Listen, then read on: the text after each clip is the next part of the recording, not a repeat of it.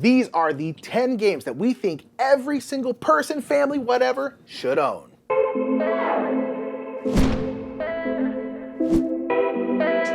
What's up, everybody? I'm Mike. I'm Nick. We are the Brothers Murph, and yes, we are going to talk about the 10 essential games. Yes. Games that everyone should own, no matter what, according to us. You know what I mean? Yeah. This these is are our objective. opinion on These the are matter. objective. Yeah. These are the 10 games that we think everyone should own. I mean, you know, if you like games, I suppose. And yeah, there's lots and lots of games that really could be on this list that I really think it's like, hey, if you like games, if you're interested in games, these are games that you should not necessarily start with all of these. Yeah.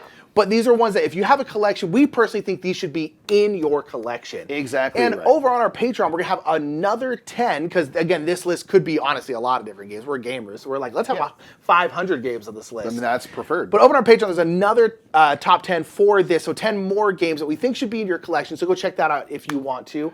And yeah, I think we get right into it, yeah? Let's just hop right into number 10. Okay, so this is Mary right here, and Mary only gets treats if someone subscribes. So subscribe, hit the subscribe. We want to get. Oh!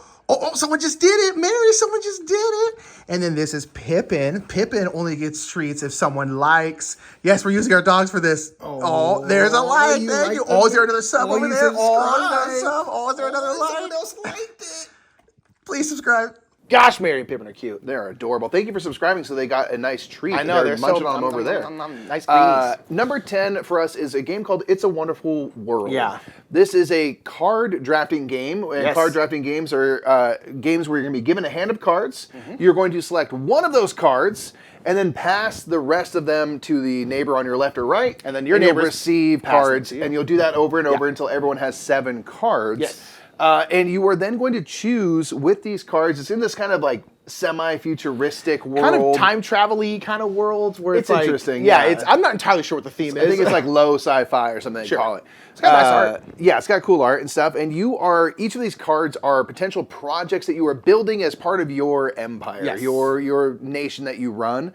And they are going to require certain resources to be able to be completed. And oftentimes, once completed, they go into your kind of empire, and they will often produce resources during the production phase, or they'll give you build like a endgame factory, it's going to be scoring. producing materials or something like that every single turn. Exactly. So what's kind of cool is the way this game kind of breaks down is you'll be drafting those cards out. Then you're going to select, do I want to put them under construction, meaning I'm going to try to get those resources to complete the cards, or you can recycle each card for one resource of a specific color to help kind of complete those cards maybe quicker. And it's about that balance point of like, how many cards do I slate for construction? Yeah. How many do I use for recycling so I can get this engine built up so that every round I'm producing more and more resources, which makes it kind of easier to complete those bigger, more expensive cards. Yeah. And you're kind of doing those things to score as many points as possible. Yeah, and it's nice because, like I said, Mikey said, you're drafting 7 cards, but again, you're not going to put all of those into production. You're probably going to put 2, maybe 3 tops, and the rest of the cards you're going to recycle for those materials, because once a card is full of materials, it's done, it's completed, those materials go back to the supply, and that card comes over into your empire. And the cool thing is this kind of has a hierarchy of these various resources that you can produce. There's like materials and like population, commerce, things like that, and they produce in a very specific order. So when you have cards that are in your kind of production, your empire, your production row, they're going to produce in that order. So you're going to produce all your materials, which are gray, first. And the cool thing is when you get those materials, you can immediately put them on cards, which might then finish a card that then will immediately go into your empire. And let's say the card you just finished like that has yellow resources. Well, yellow resources haven't produced yet. Yep. So when it comes over to your empire, that card will still get to activate this turn. So there's a lot of timing and balancing, as you were saying. It's just really, really fun. The art is good. It's pretty easy to get into with the rules. And just there's a lot of drafting games out there. We could have put like Sushi Go or Sushi Go Party on there. But this one is just got a little bit more meat to it, but still pretty accessible. And I think it's just really, really outstanding. Yeah, so I think this is a great game to get if you really want to, get into something a little bit heavier or have, more strategic options, pathways to victory. It's a Wonderful World is one that we really like. You should own it. Card drafting, you should own it. And that's why it's on our list. Let's get to number 9. If only we owned like a game store, we could be like, go to our game store to buy these things. Well, someday in the future, Yeah, maybe who knows? Maybe that's the goal. Our number 9 is going to be a classic game that is going to be Pandemic. Yeah, And it's the reason we got into the hobby. It is the reason. This is the game that got us into the hobby. There's a lot of these. Pandemic is a cooperative game. There's a lot of these kind of cooperative games. I do think every collection should have some cooperative games in it.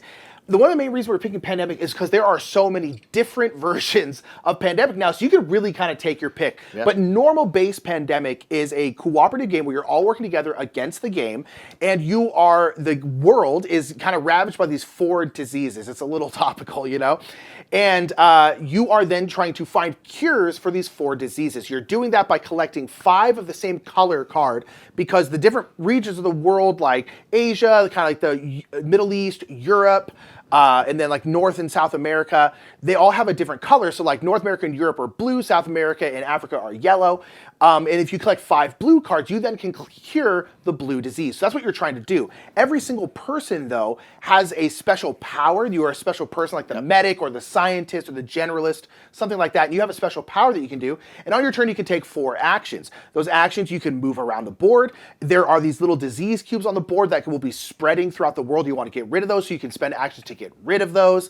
You can trade cards with people if you're in the same city. So if Mike and I are both in like Sao Paulo, and I have the Sao Paulo card, I can give it to Mike. Maybe that gives Mike his 5th yellow card, and then now you can cure, and then you can also cure. And it's what we call a crisis management game, where there's all these crises are happening. The board state is getting worse and worse and worse, and you're basically trying to like manage the crisis while still getting your main objectives done. Yeah, it's not enough just to like chase cubes down and stuff. You want to help heal infection and stop it from spreading, but it does not win you the game. So you have to stay alive long enough to get to those 4 cures. Once you cure a disease, you even have the ability to eradicate it so it cannot come back. Which is nice. Which is really useful because it's like one less thing to worry about. But you have these epidemics that are going to happen, which basically every turn you are going to flip over these infection cards, which are going to add new cubes to different cities. Yes. And when an epidemic happens, you're going to have a hot spot. So you're going to have a new city that will have 3 cubes, which is the cube maximum for a city. And then you're going to shuffle all those cards that have already been drawn, put them back on top of the infection deck, so they're going to start coming up again and again, which makes your problems worse. So certain areas that are kind of hot spots become possible outbreak places, which are one of the many ways you can lose this game. It's just... Go ahead. No, I was going to say, it's just really good. Yeah. It's Enjoy the cooperative nature where it's like we're all trying to... use our character's ability to the maximum. Yes. Make sure we're, being in strategic spots so we're kind of spread out so we can do a bunch of curing of those, the disease cubes.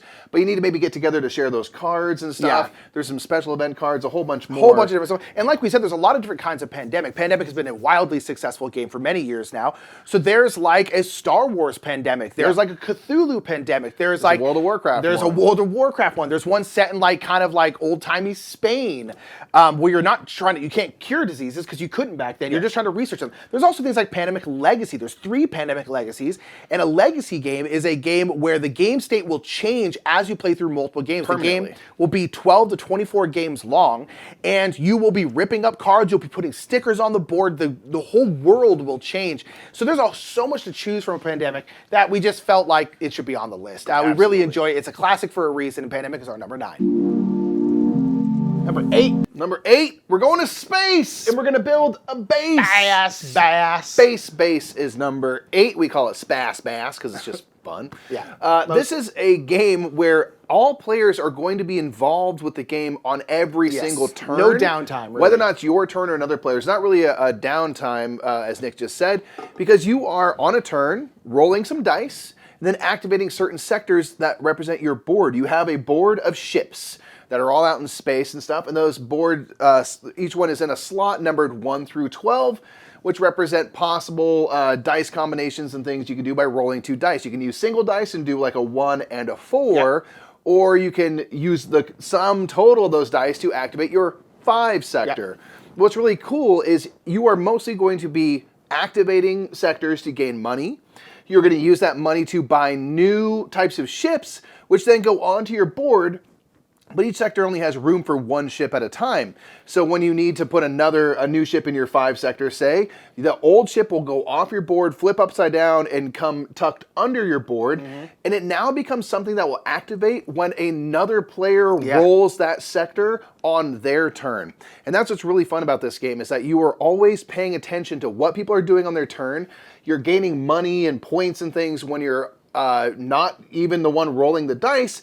And then when you roll the dice, you get to activate your kind of main sectors and then gain income, which means you have more money, you gain money to spend right now, and then gaining points. It's a race to 40 points. Yeah. So I just love that fact that everyone is dialed into the game, gaining stuff and trying to, kind of build up these sectors of cards so that maybe, when if a 7 gets rolled on someone else's turn, you get all this stuff because you've deployed that 7 ship like 3 or 4 times or whatever it might be. So you're always paying attention. Yeah, it's downtime in games, which again is the time where you're not doing anything because other people are taking their turns, right? Some games have massive amounts of downtime. Like literally you're waiting 30 minutes with these massive, huge games. Sometimes you're waiting 20, 30 minutes for your turn to come back around.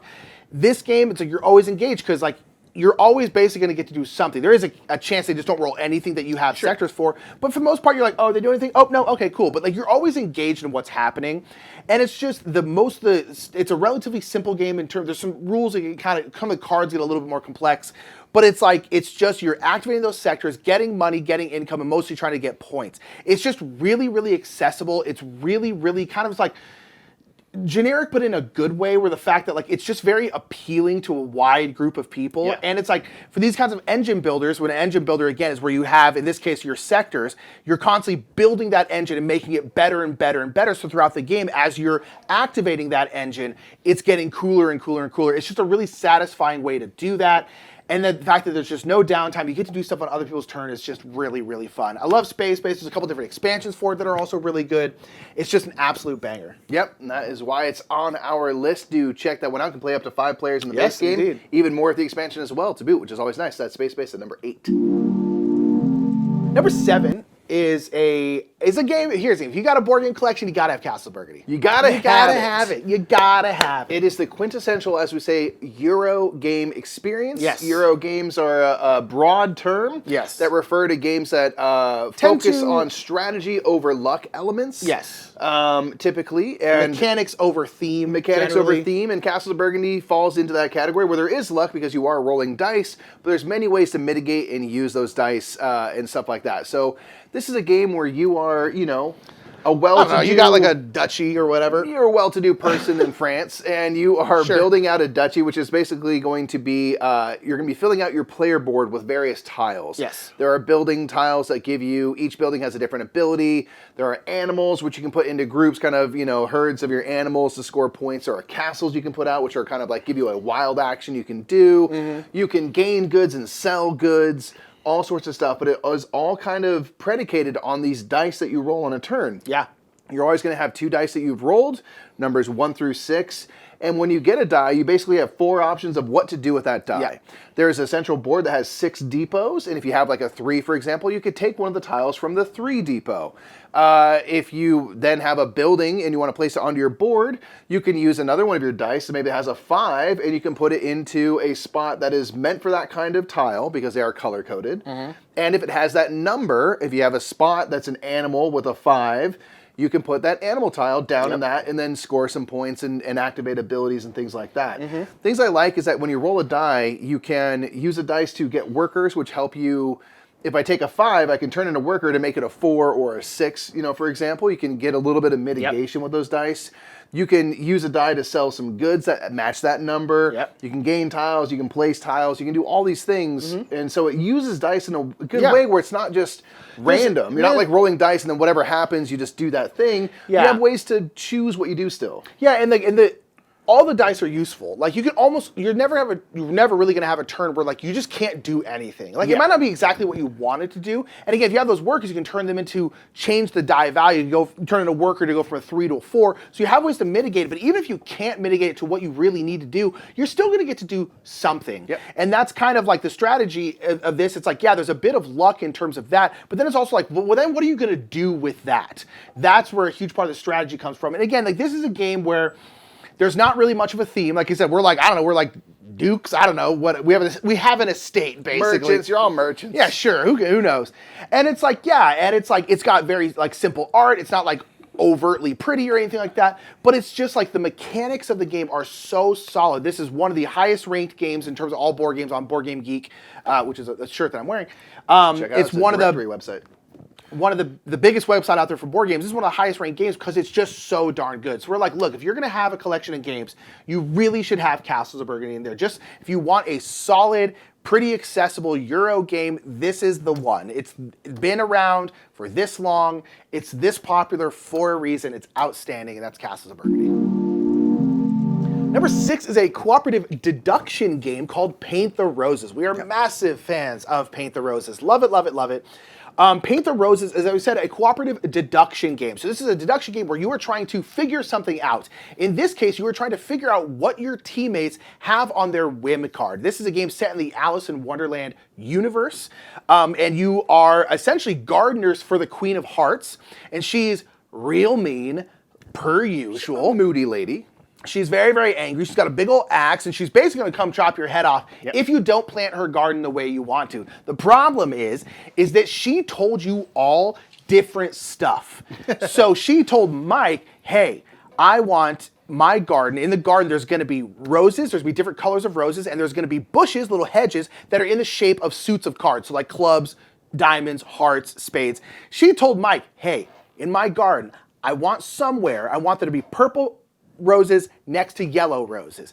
But she didn't tell me that. She just told Mike that. Yeah. So, and then I know that she wants clubs next to spades. And so we're like, okay. So we're trying to figure out what's on each other's cards. You do that by placing these tiles. On your turn, you will take a tile from the greenhouse. The tile is going to have a type of hedge on it, and then a color of rose, and then you're going to place it somewhere in the garden.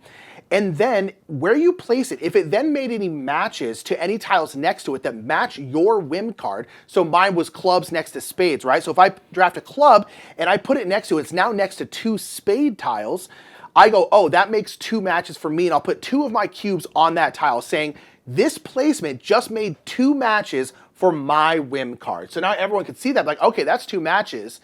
What could those matches possibly be? Well, it can't be like clubs next to diamonds because there's no diamonds around it. Right. It could be clubs next to spades because Nick just placed a club and there's 2 spades there. Okay. But the cool thing is my placement of that might have made a match for Mike. Because let's say that you wanted purple and yellow, right? Say I put a purple and there's 1 yellow there too. So Mike would put his cube on there saying, hey, this also made a match for my card. And at the end of every round, as a group, you have to guess on someone's card. Again, if it's your card you're guessing on, you can't guess on your own because you know what it is.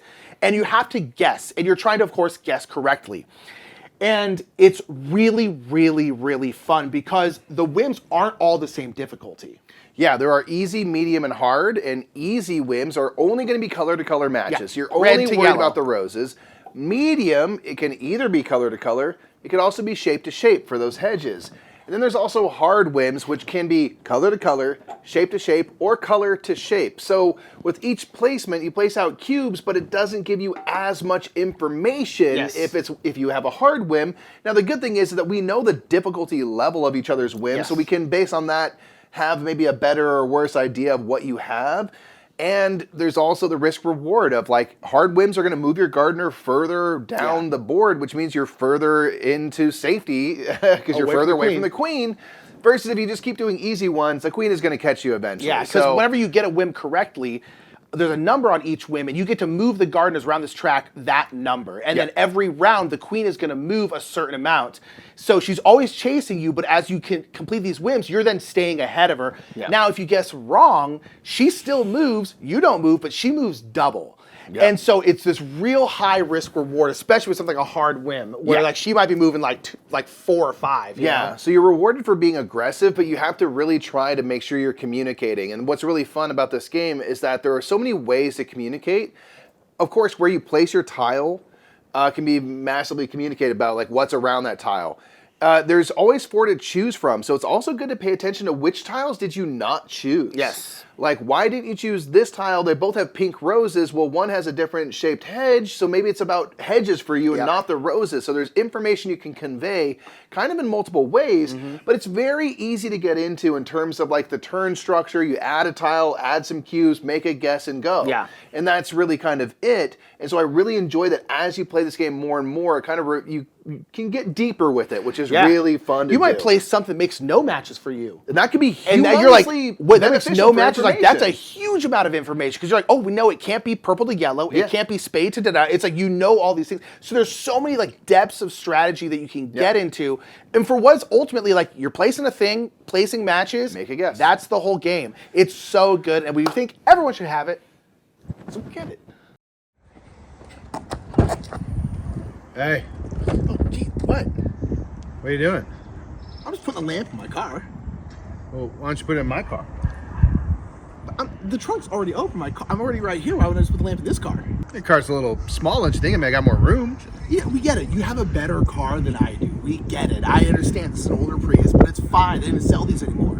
Oh, yeah? Well, does your car even have an automatic freaking back door? No, but I have an automatic arm. Look at this. Look at this right here. I just don't get why you don't even, like, want to be in this car. No, it's fine. Put your lamp wherever you want. I don't even like it anyway. I thought we both loved this lamp. That was the whole point. We got this lamp. No, I was just trying to make you happy, man. In fact, we can't agree on what car a lamp is going to go to. I don't think we should even live together. I don't want to live with you. I don't want to live with you, you know? This is the crows. Boy, it does not look like it's going well for them. Hi, I'm Mike Murphy from the video that you're currently watching. And if this seems like a scenario that you want to avoid, you might want to check out Decorum Moving Out. In Decorum Moving Out, players are given 20 new 2-player scenarios to explore, including boxes, bubble wrap, and vehicles. This expansion will be available in March, so keep your eyes peeled. And as for fans of Decorum, there's also now a free app you can use to generate new puzzles and challenges for decorating your way through the game, including a daily 2-player puzzle. Check the description of this video to find out more about the Decorum Moving Out expansion, and thank you to Floodgate Games for sponsoring this video. Number 5 is a card game, a little card game that is, you can put it in your pocket and go, basically. It's a game called Scout. Yeah, Scout's Honor, you know? It's about a circus, not Boy Scouts. Yeah, but, you know. But as former Scouts, we can appreciate that. So in Scout, this is a card game where your main goal is to get rid of the cards from your hand. Because any cards in your hand are going to be negative points. Yeah. So you really want to get those cards gone. And this is a game that they call a ladder climbing game and a card shedding game. Meaning, again, card shedding, want to get rid of your cards. Ladder climbing refers to the fact that everyone's going to be putting down stuff to the center of the table one at a time. And in order for me to play cards from my hand, I have to play a higher value set of cards than what was played before me, whatever is on the table currently. Yeah. So if Nick plays a 6, for example, the cards are, I think, numbered 1 through 9. A 10. You can, okay, so then I can play a 7 would be a higher card. Or if Nick did play a 9 and I don't have a 10 or anything, I could play 2 cards. You can play cards that are either, you know, all the same number or a run of numbers, 1, 2, 3, things like that. From your hand to play something down. Always more cards are better than fewer cards. Always. And then within the same amount of cards, a higher, you know, number of cards will typically beat lower, or a set of the same number will beat a run, things like that. So you're always trying to play higher stuff, because if I play something higher than you down the table, I collect the cards you played and put them into my little scoring pile, which are going to be positive points for me. Again, cards in your hand are negative points, so you want to get those gone and get as many cards in your pile as possible. A couple things, though, that mess your day up. A couple massive things, yeah. Is that when you shuffle and hand out your hand of cards, you are going to pick up that hand of cards in the order it was dealt out to you and spread them out and take a look, and you cannot rearrange the cards in your hand. So typically you get a classic card game, you'll first organize your hand so it's all nice and neat. You can't do that here. And that really matters, because if you want to play like 1, 2, 3, they have to be next to each other in their hand. You cannot grab a card from here and then grab a card from here, grab a card from here, put out. They have to be next to each other, which is why the fact that you can't shuffle them is humongous. Yeah, so that's really tricky. And on the cards, the different halves of the cards, the top and the bottom, are different numbers. So when you first get your hand, you can flip the whole hand over and see if that's a little better for you. But you are stuck with the cards being in the order they are. So you're trying to strategically play cards so that now when you close the gap that you took a card in the middle, for example, now the 2 cards that are together are 7s. So you can play those out. And one thing you can do, which gives the game its name, is Scout. Yes. So if down on the table you don't have anything high enough to beat it, or you choose not to beat it, you can instead Scout. Now this is going to give the player who played the cards previous a point. Yep. And then you take one of the cards from the middle on the edges. So if there's like 3 cards, you can take either a card on the end. Yep. And you can take that card, put it into your hand anywhere in your hand, and you can put either end. Flip it over, yeah. Huge. So that gives you the ability to slot new cards in. And maybe if I had a 6 and an 8 and I grab a 7, I could put the 7 in the middle. Now I have 6, 7, 8 together, so I can play a better hand.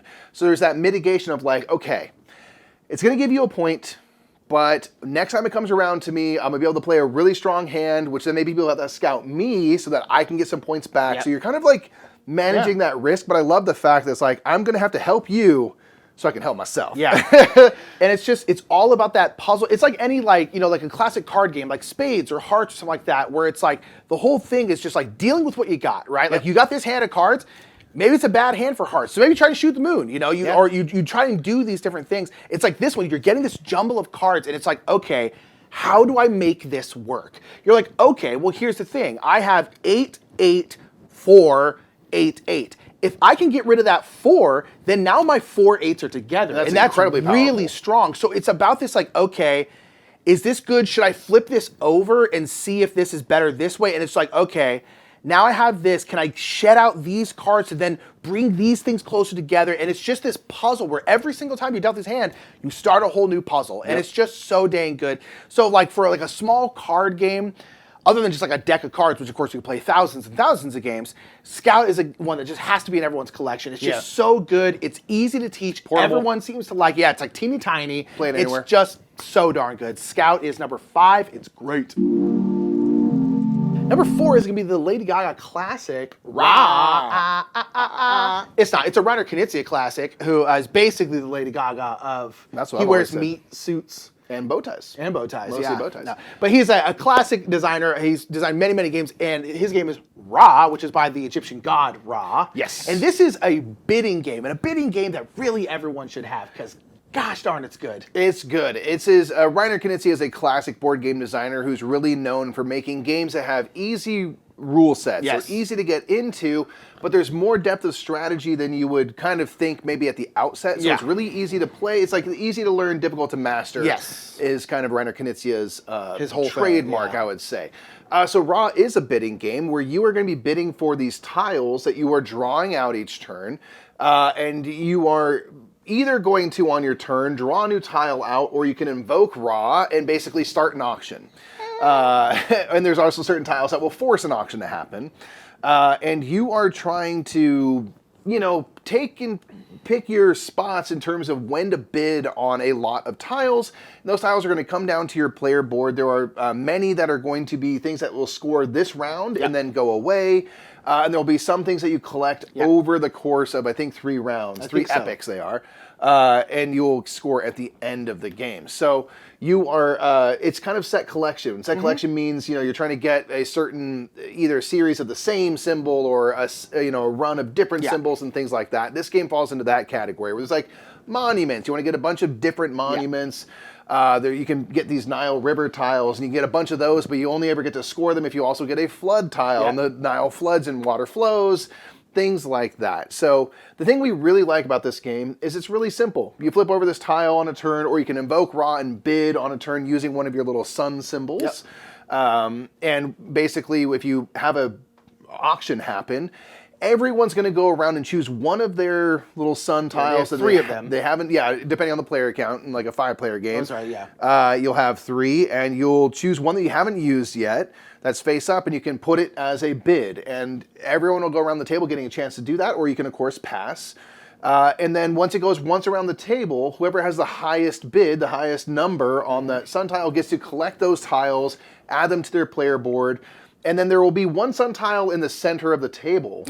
And you are basically going to swap the tile you just played with that tile and put the new tile that you gained face down. So you can't use it again this round. You won't use it until next round, You'll have it until the next round. And the things that are kind of interesting is there are, I think numbers 1 through 15 on these tiles or something. There's a wide range of numbers. And if I bid with like an 11 and the tile in the center that I pick up's a 1, that means next round I'm going to have a pretty weak tile to bid with, which is going to be hard to win a bid with. So there's like things like that you're not really thinking about just as you learn the game become really important, interesting strategy choices about like, is it just about the tiles I'm collecting, or is it also about that sun token and what it has on it, and I'm planning for the future now. And that's where the game kind of starts to reveal more of itself to you. But it's very easy to get into. The bidding is simple. You just go once around the table, so it's not around and around and around. The tiles all kind of go into different areas of your player board, so it's all laid out nicely and shows you how they score. It does a lot of things like that, but you can get kind of sneaky with how and what you choose, when you choose to bid, what you choose to bid on. what tiles you're going to collect as a result, what sun token you're going to collect. There's a bunch of things like that. So much stuff, yeah. Yeah, and there's a new fancy version from 20th which is Century very Games. nice. This game is very old, but they have a new version out that is really kind nice. of fancy and just chunky and delicious. Yeah, it's good. Yeah, Ira is just, for a bidding game, it's just one that everyone should own. It's a classic for a reason. There's a reason it just got a new fancy version. Yep. It's because the game's from like the 90s. It's not a new game. Yeah. But it's like it's stuck around this long because it's that good. It's got a new fancy version because it's that good. And we're actually relatively new to the game. We played this game for the first time last year. Yeah, and we were like, oh, that's why everyone likes Raw so much. That makes sense. It's super good. It's number 4. Let's get number 3. Number 3 is going to be a party game that we're very, very fond of right now. And this is Green Team Wins. Every collection needs to have a party game. I think every family, even if you have no other board games, you should have a couple party games around. And I think Green Team Wins is one of the best ones out there. Green Team Wins, and you also hopefully think that. This is the moment that I was going to say that I break away from your list. Wow, I'm starting okay. my own list. So Boom, over start here with number we 10, no, okay. Mike. Go ahead. I love Green this Team game. Wins is great. This is a group think game, and by that means you are going to have some kind of prompt, and you're going to have to write some kind of answer, and you want your answer to be the same answer as everyone else. And Yes. everyone's trying to do that. That's kind of that group think. You're all trying to be on the same page. Now, the thing that you thought was the best answer everyone else might disagree and put something else. And so basically every single round, everyone's gonna have a little whiteboard that they're gonna be they're gonna be writing their answers on. And every round there's gonna be a card that is flipped up. It's gonna be some kind of prompt. Those prompts will be one of 3 things. They'll either be a fill in the blank, like blank door, or it'll be a choice of 3 things. Either you're gonna choose, it's a question, you're gonna choose 1, 2, or 3. Or it's going to be a this or that. And the this or that could be like, would you rather be a little bit hot or a little bit cold? And then everyone is going to then choose what they think, again, everyone else is going to choose. So in that case, like, would you rather be a little bit hot or a little bit cold? Personally, I'd rather be a little bit cold. Yeah. But I'm like, I'd rather be a little bit cold, but do I think everyone else would choose a little bit cold? I feel like maybe everyone else chooses a little bit hot. If you're saying and you'll so choose cold. The thing is, you're not necessarily writing the correct answer for you. You're writing what you think everyone else is, but then you also get belligerent and be like, no, this is the right answer, and I'm going to do it. So basically, then everyone will reveal their answers, and you'll figure out who was the majority, who's on the majority team. And basically, those people are going to be on the green team. Again, this game is called Green Team Wins. If you were on the green team, you can be on the orange team or the green team. If you were on the orange team and then you moved to the green team, you're going to get 1 point. If you were already on the green team and you stayed on the green team by, again, being in the majority, you'll get 2 points. And that's what you're trying to do, is you're trying to get onto the green team and then stay on the green team to get those points. And it just causes so much contention, particularly the fill-in-the-blank ones. Yes. Because, like, what would you put for blank door? I'd probably put like front door. I would probably do like front door. Front door, car door, Open back door, back open door. door. Man, there's There's so many, and so like the glass door. The this or that ones, it's only 1 or 2. The choose 3, it's 1 of 3. But the fill in the blank ones, people could write whatever they want. We've had this big thing with mustard. Yeah. There's ones like blank mustard. We always say yellow mustard Because literally all kinds Clearly. of mustard are yellow. Yeah, even brown mustard's yellow. Yeah, and then everyone else put honey mustard as if that was just like a bunch no, of sociopaths. Yeah, and they looked at us like we were Yeah. like dumb, and I'm like, I'm yellow, sorry though. It's like every yellow mustard. Plus, yellow Ridiculous. mustard is a famous type of mustard. Yeah, it's ridiculous. yellow mustard. So it creates Anyway. these such good moments when you're on the green team. You get to be so smug, be like, "Oh, it must suck. be nice Must suck to on the be on the green orange team." team, peasants." And Yeah. then when you're on the orange team, you just get super belligerent about how you were right and stuff. It's great. Again, you're trying to choose the group popular Yeah. answer, but you of course are just going to choose the answer that you know in your heart is correct. Yes. And you're Like going to be very yellow upset mustard. if you find out that no one else is correct and Yeah. you're the only one. Yeah. It's great. It makes laughs every time. It makes great conversation, and like party games are just so good for that. They Yes. create these memories, these big moments. We're still arguing about the mustard thing. It's been like 2.5 years. Yeah. And I'm still mad about it. I'm still salty. And Jeff and Jamie from Foster the Meeple, another channel here you should subscribe to, are wrong about honey Yeah. mustard. And I will die on that Yeah, hill. fair. And this game just creates those fun moments. Party games in general should be considered essential because they're easy to get to. You can play with the whole family Yeah. and stuff like that. Green Team Wins is simply one of many you could slot in on this kind of party game spot.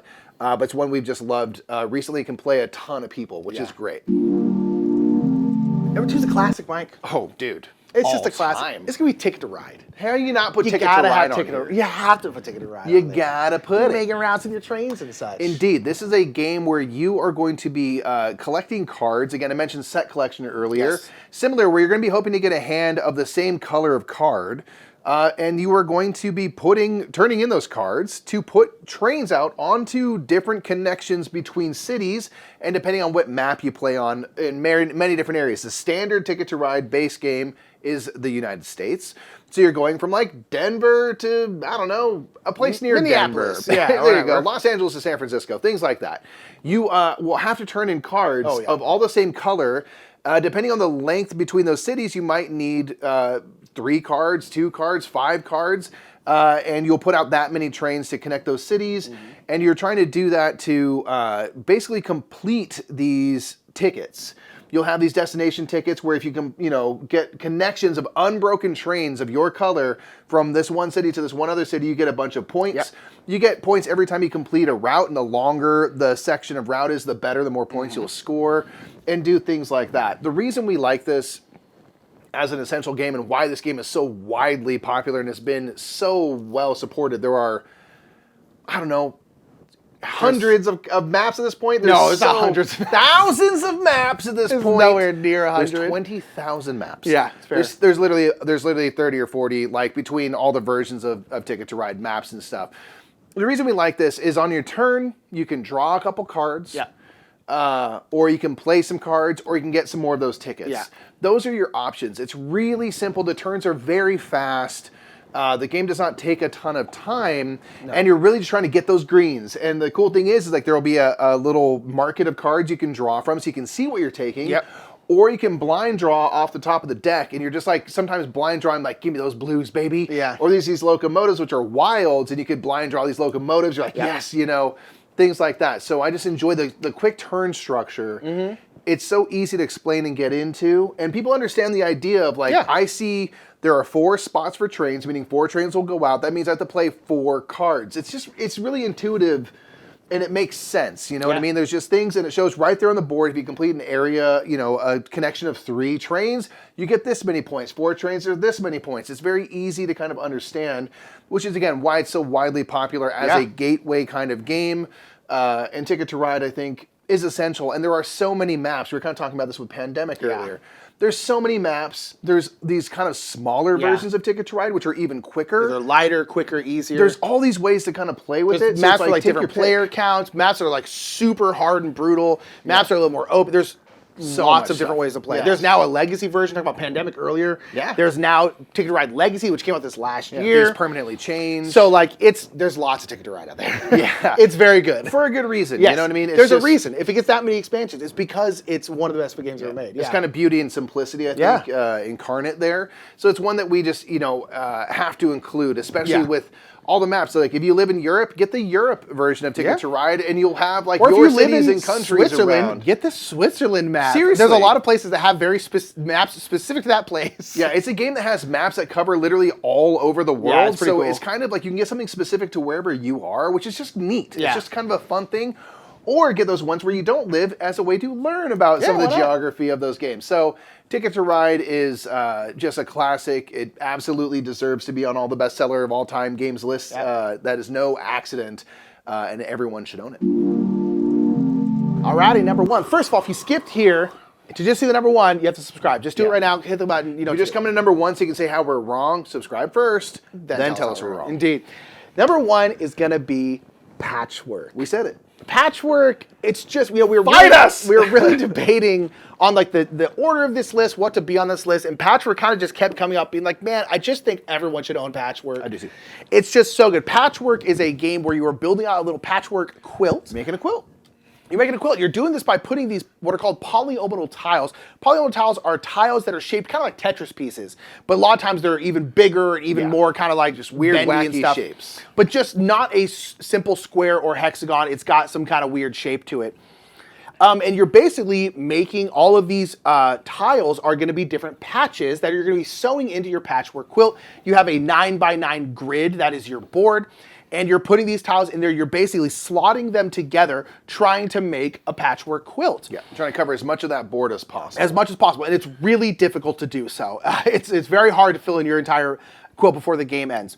But basically, there's going to be this big ring of these tiles on the board, and there's going to be a little pawn, and you basically, on your turn, you can choose one of the 3 patches that are in front of that pawn. And then whenever you choose a patch, that pawn will go to the spot that you just chose, and then the next person will get to choose from the next 3. So that pawn's going around this thing. So if you skip over something, it will be available eventually again. It takes a while. Hopefully you can get it. And the interesting thing about the game is those patches cost you money, and the money in this game is buttons, which is super cute. Yeah. Costs you money, but it also costs you time. And more complex patches, bigger patches tend to cost you more time to sew into your quilt. And so you also have this little time tracker. So if I sew this patch and it takes 4 time to move, my little marker is going to move 4 spaces forward. And how the turns go in this game, and this is a 2-player game, by the way, so it's just you 2. Yep. How the turns go is whoever is behind on the time track, they get to go. So if I move forward 4 and Mike and I are in the same spot, Mike is now like 4 spots behind me, and he takes a patch that say is only 2 time, he gets moved forward 2, he's still behind. Yep. Which means he gets to go again. And that is a huge, huge part of the game. And then there's a whole button economy too. Yeah, so as you are spending these buttons, your buttons are your points. Yes. So you're actually spending And your your money. points to take these patches. But a lot of the patches will have buttons printed on them. That means you've sewed those buttons into your quilt. Yes, indeed. And as you go around that time track that Nick mentioned, there will be several spots where you will pass over a button icon. And that means you'll take a look at your quilt, and all of the buttons that you currently possess on your quilt that have been sewn in, you will get those buttons in your supply. So now you have more, effectively, money, we call it, but these buttons to spend on patches. So there's this kind of economy where it's like, okay, this thing costs 10 buttons, that's a lot, but it gives me 3 buttons every time I pass over one of those icons. And if I'm going to go over 4 or 5 of those, well, I'm going to get maybe 15 buttons out of that total, which is going to be really good. So you're kind of trying to manage that button economy that you have. And if you ever find yourself behind, so it's your turn, and you can't afford one of the patches in front of you, or you simply don't want to spend those many buttons or use that much time, you can pass. And when you pass, you will simply move forward until you are 1 space in front of your opponent. Yeah. And for every spot you passed over, you'll gain 1 button. So if I was 3 spots behind, I would gain 1, 2, 3. That's right. 4 to land 1 spot in front of my opponent. And then again, if you crossed over any of those button income moments, you would get that on top of that. So there's these interesting decisions where it's like, well, I'm going to pass because I'm going to get some buttons out of it, but it's all wasted time. I'm never getting that time back because you're going to eventually run to the center of the board where now you are out of time, your game has ended, and at the end of the game, you're going to have all the buttons you have in your possession because you'll get your button economy one last time to end the game, and then you're going to look, and those are your points, and then you're going to look at your board, and every empty space on your board that has not been covered by a tile is going to lose you 2 buttons. 2 points. So you're trying to gain as many buttons as you can, but again, buying patches costs buttons. So you're trying to gain more than you spend, be as effective as you can with your time, cover up as much of that board as you can because every empty space loses you buttons. And it's just a really fun thing to have to manage. I love games where you have to spend your points. I think it's just like inherently, thought-provoking. You're like, oh, is this worth it to me? Yeah. But every space you cover is essentially gaining you 2 points because you're not going to be losing those points. It's like there's a lot of stuff to consider. That's it. There's so much to this game. It's like the puzzle of just building out that board. Like that's a puzzle in itself. That could have just been a game, right? It's very satisfying. It's like that, trying to get the patches that you need. Like, I really need this patch. Oh God, Mike took a patch in front of it. So now the pawn's in front of it. I now can't get that until it comes back around. So it's like that puzzle alone is interesting. But then you add in the button economy, which is like super tough and super interesting. You add in the time element. You're like, I really want this patch, but gosh, it's 4 time. That's huge. That's a ton of time. Yep. Is it that worth it to put this one in here knowing that Mike's going to get to go twice in a row, right? It's just, there's so many things to think about. It's so back and forth. It's so tactical and kind of brutal for like what a game, it's ultimately about sewing a patchwork quilt. It's so the softest thing on the planet, being a brutal game, but it's just so good. Really, any kind of tile laying game, polynomial games, you need to have one in your collection, and we think Patchwork is the one you should have. It's just so good. There's a couple different like themed versions. There's like a Valentine's Day one and a Halloween theme.